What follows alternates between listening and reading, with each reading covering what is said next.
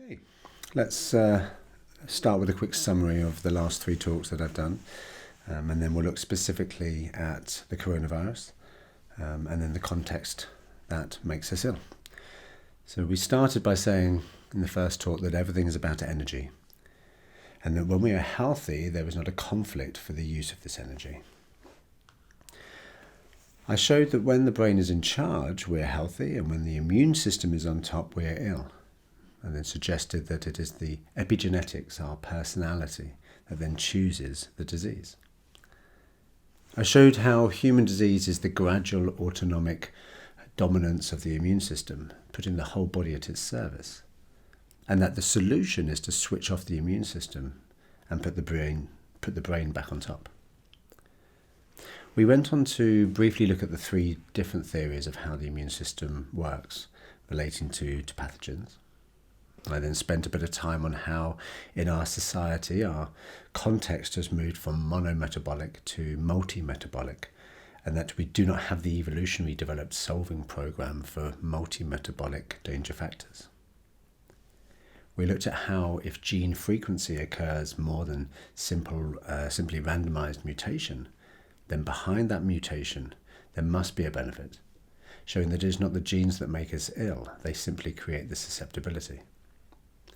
Now this brings us to where we are now, in that it is the context that makes us ill. So we can all see that there's been some pretty devastating biological effects from the coronavirus. But when we look at the wider societal context, the virus itself seems more of a catalyst for the ramifications and repercussions affecting all facets of our societal infrastructure. By widening our awareness beyond the virus, we can start to see the inadequacies in our approach and knowledge of many areas of life in regarding to personal health, nutrition, physical and emotional well-being, and even free thought and expression.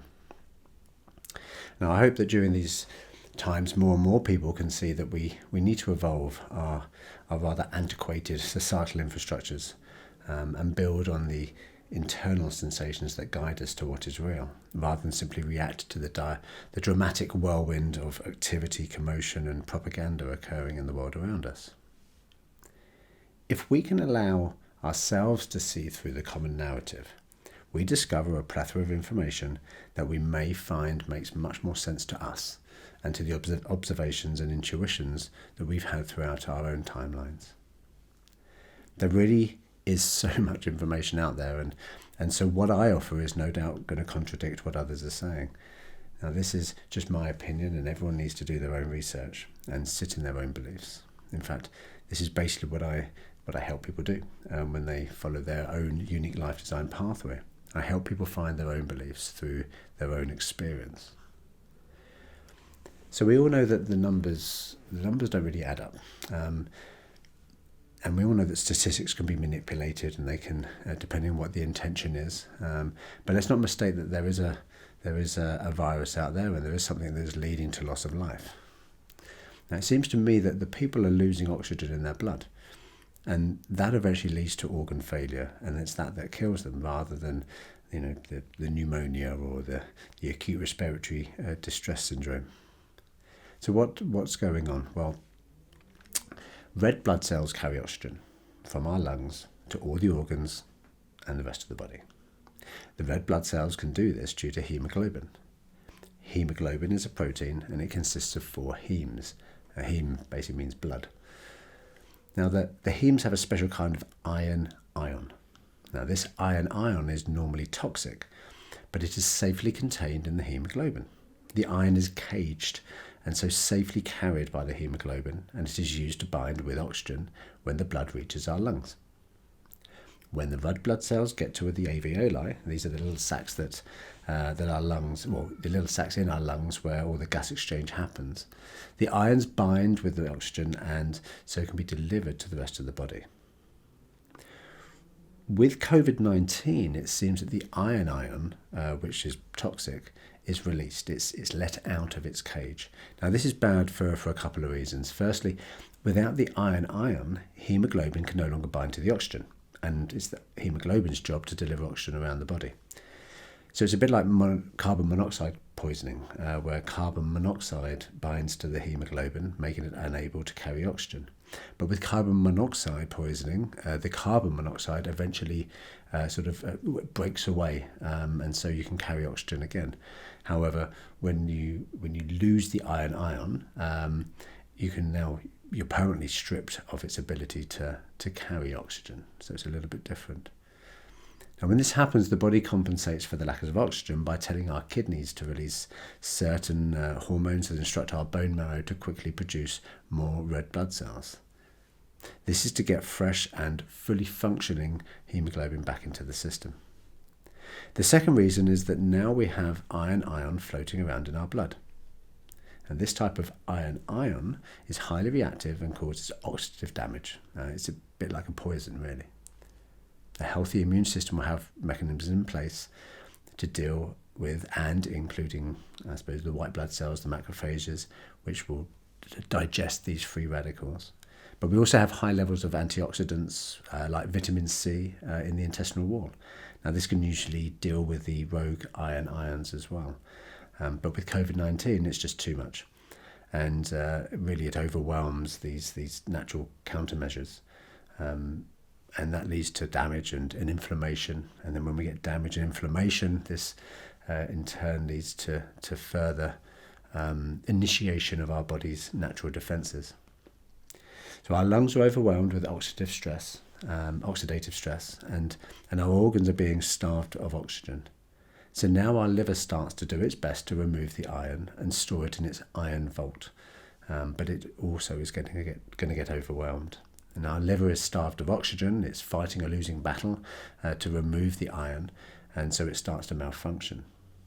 Now, if our immune system doesn't fight off the virus in time, before our blood oxygen saturation drops too low, and then our organs will simply start shutting down. So we have a virus that looks like a cold, but dependent on the context, can evolve into a toxin problem, affecting the lungs and onto the liver and other organs.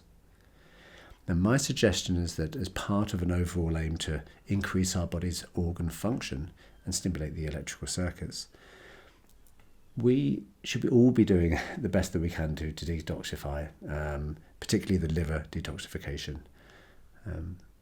But what is the context that makes us ill? Well, from next week, I'm going to be releasing a few 1 to 5 minute videos each week looking at what we can do to create a context that makes us well.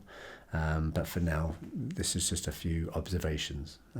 We look at our food habits, the lack of exercise, the lack of the right nutrients, along with instances of deep physical and emotional trauma within our lifetimes. And this can put our immune system in charge of the energy distribution systems of our body.